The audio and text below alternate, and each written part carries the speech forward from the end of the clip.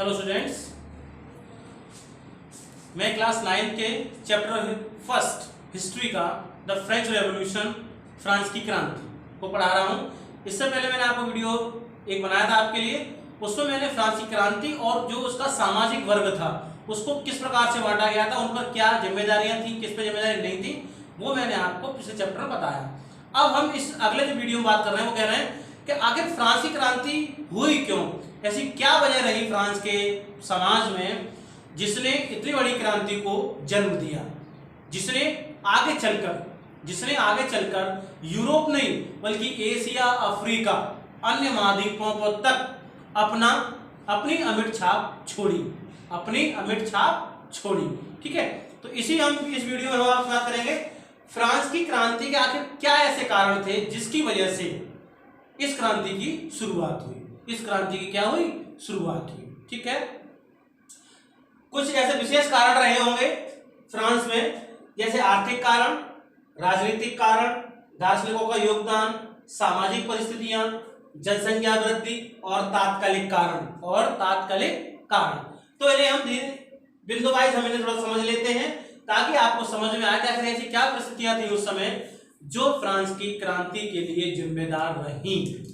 पहला है आर्थिक कारण, यानी जैसा कि आपको बताया कि लुई 16वां, यानी जिस समय फ्रांस की क्रांति हो रही थी उस समय लुई 16वां फ्रांस पर शासन कर रहा था, या लुई 16वां फ्रांस पर शासन कर रहे थे। उनकी रानी का नाम था मैरी एंटोइने।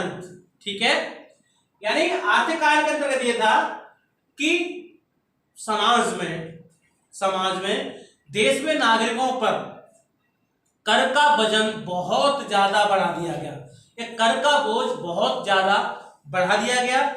इससे क्या हुआ? इससे ये हुआ कि जनसंख्या बढ़ने के साथ साथ वहां खाद्यान्नों की मांग तेजी से बढ़ने लगी। लेकिन लुई 16वें जो राजा थे, वहां के शासक थे, उनका जनमानस के प्रति जो रवैया था, जो उनकी जिम्मेदारी थी, वे कहीं ना कहीं उसको ठीक तरीके से निभा नहीं रहे थे। इसलिए कहीं ना कहीं एक आर्थिक कारण ऐसा रहा जिसकी वजह से फ्रांस के लोगों को क्रांति करनी पड़ी। ठीक है, नंबर 2 राजनीतिक कारण। देखिए, फ्रांस का जो शासक था लुई 16 और उनकी जो रानी मैरी एंटोइने, वे अपने शाही जीवन में अपने खर्चों में किसी प्रकार की कोई कमी नहीं करते थे, बल्कि अपनी भोग विलासता, अपने ऐश्वर्य जीवन को जीने के लिए वे जनता की इच्छाओं को दरकिनार करते हुए अपने जीवन को वैभवशाली तरीके से जी रहे थे। देश में आर्थिक कारण हो रहे थे, क्या समस्या आ रही थी, उनको इस चीजों से ज्यादा लेना देना नहीं था। और ज्यादातर जो लोग थे जो उनके पक्ष में रहते थे, उनके अलावा जो सम्राट थे, जो शासक थे वहां का, उन्हें आम जनमानस की ज्यादा फिक्र नहीं थी। वे एक तरीके से निरंकुश होकर अपनी शासन व्यवस्था को चला रहे थे। जैसा मैंने आपको पहले कहा, आर्थिक कारण यानी उनके वैभव विलास में, शाही खर्चों में कोई कमी नहीं थी, लेकिन देश में दूसरी तरफ खाद्यान्नों की कमी होती जा रही थी और इसकी तरफ राजा जो कि निरंकुश था उसका कोई ध्यान नहीं था। इस वजह से कहीं ना कहीं वहां की जनता ने आंदोलन तेज किया या बगावत शुरू कर दी। ठीक है, अगला है दार्शनिकों का योगदान। अगला पॉइंट क्या है? दार्शनिकों का योगदान, यानी उस समय के जो दार्शनिक रहे, उस समय के जो फिलोसफर रहे, दार्शनिक रहे, जो बुद्धिजीवी होते हैं, उन्होंने भी लोगों के सामने स्वतंत्रता, समानता के विचार प्रस्तुत किए। समानता और स्वतंत्रता के विचार क्या किए, लोगों के सामने प्रस्तुत किए और लोग उन विचारों से अभिभूत हुए, लोग उनके विचारों को समझने लगे, उनके विचारों का लोगों पर प्रभाव पड़ने लगा, उनके विचारों का प्रभाव लोगों पर पड़ने लगा और तब लोगों को समझ में आया कि वो क्या कहना चाह रहे हैं या वो आगे आने वाले किस समाज की बात कर रहे हैं।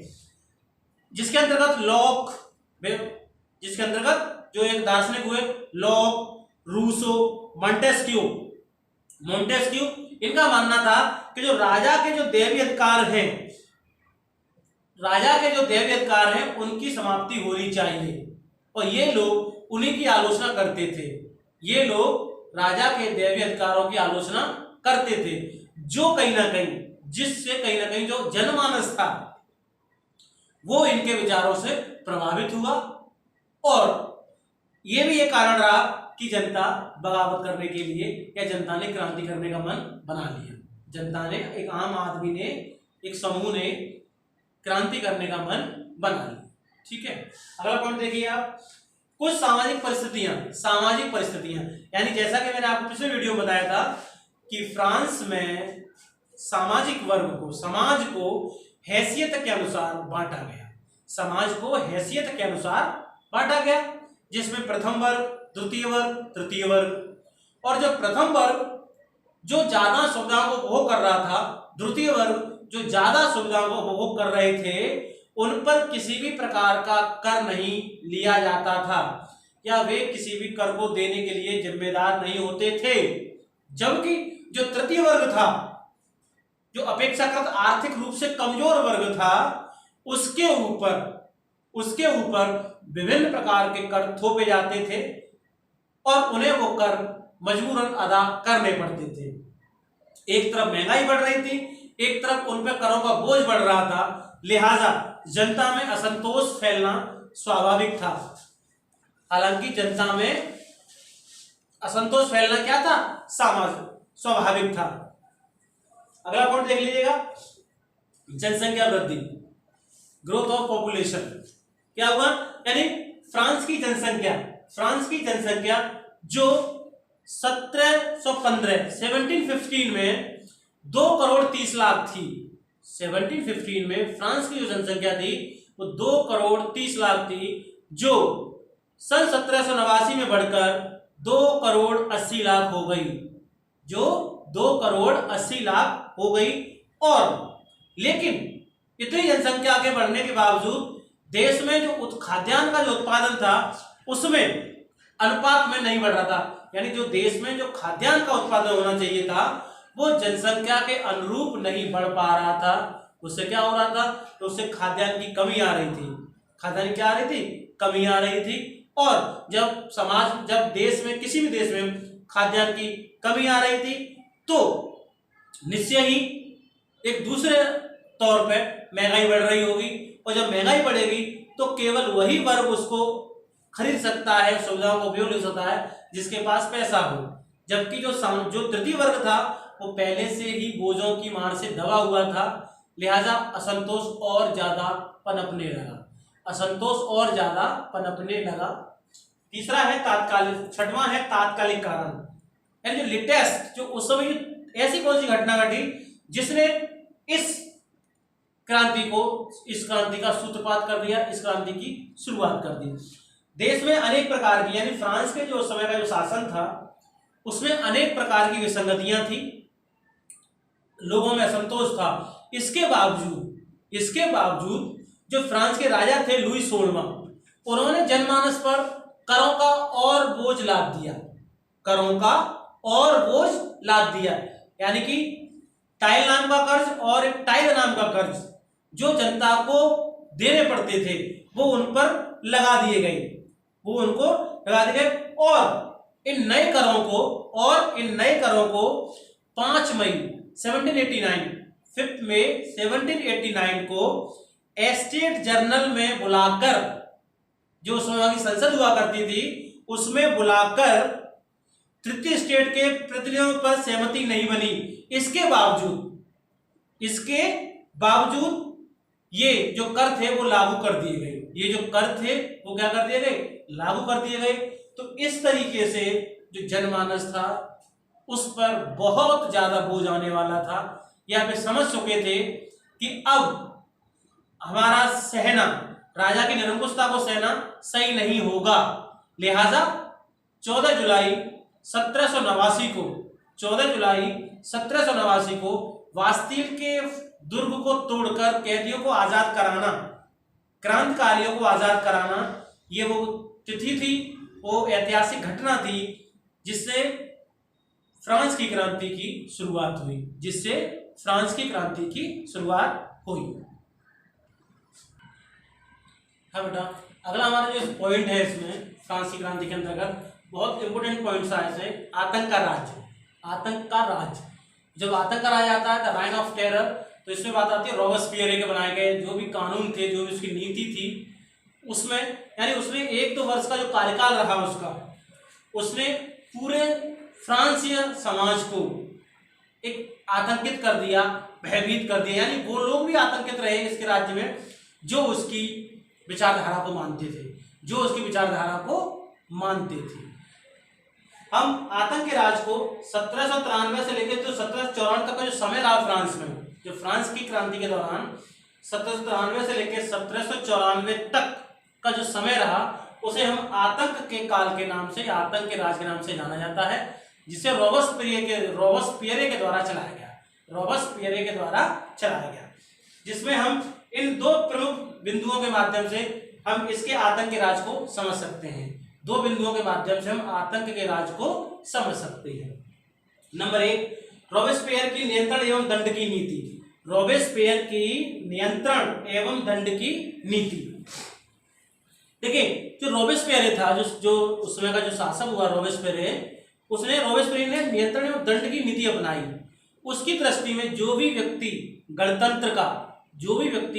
गणतंत्र के शत्रु हुआ करते थे, चाहे कुलीन वर्ग के हों, चाहे पादरी वर्ग के हों, या राजदलों के सदस्य हों, यानी कुल मिला के कोई भी हो, या जो रॉबेस्पियर की कार्यशैली से असहमति रखते हों, उन सभी को रॉबेस्पियर ने गिरफ्तार करके जेल भेज दिया और क्रांतिकारी न्यायालय द्वारा उन पर मुकदमा चलाया गया। और उन पर क्या चलाया गया? मुकदमा चलाया गया। न्यायालय में दोषी पाए जाने पर उन्हें गिलोटिन मशीन द्वारा उनका सिर धड़ से अलग कर दिया जाता था। इस समय जो भी व्यक्ति उसके न्यायालय में, यानी जो न्यायालय था, अगर उसमें दोषी पाए जाते थे तो उन्हें गिलोटिन नामक मशीन से उनका धड़ अलग कर दिया जाता था। नंबर 2, रॉबेस्पियर सरकार के कानून और उसका अंत। इसके अंतर्गत रॉबेस्पियर सरकार ने कानून बनाकर मजदूरी और कीमतों की अधिकतम सीमा तय कर दी। उन्होंने मजदूरी की और जो भी कीमतें थी उसकी सीमा तय कर दी। पावरोटी और मांस की राशनिंग कर दी। यानी उन दोनों की चीजों एक निश्चित कीमत उसने तय कर दी। किसानों को अपना अनाज तय मूल्य पर बाजार में बेचना पड़ता था। किसानों को तय मूल्य पर अपना सामान बाजारों में बेचना पड़ता था, या उन्हें तय मूल्य पर ही बेचने के लिए बाध्य किया जाता था। तो इस तरीके से कहीं ना कहीं जो वहां का एक समाज था, वो उसकी कारगुजारियों से लेकर, उसकी नीति को लेकर कहीं ना कहीं बहुत ज्यादा आशंकित हो गया। उसने सभी नागरिकों के लिए एक नियम बनाया। उसने सभी नागरिकों के लिए साबुत गेहूं से बनी और बराबरी का प्रतीक समझे जाने वाली समता रोटी को भोजन के रूप में प्रयोग करना अनिवार्य कर दिया। बोलचाल तथा संबोधन में बराबरी का नियम उसने शुरू कर दिया। बराबरी का भी नियम शुरू कर दिया। इसके अलावा रॉबेस्पियर ने अपनी जो भी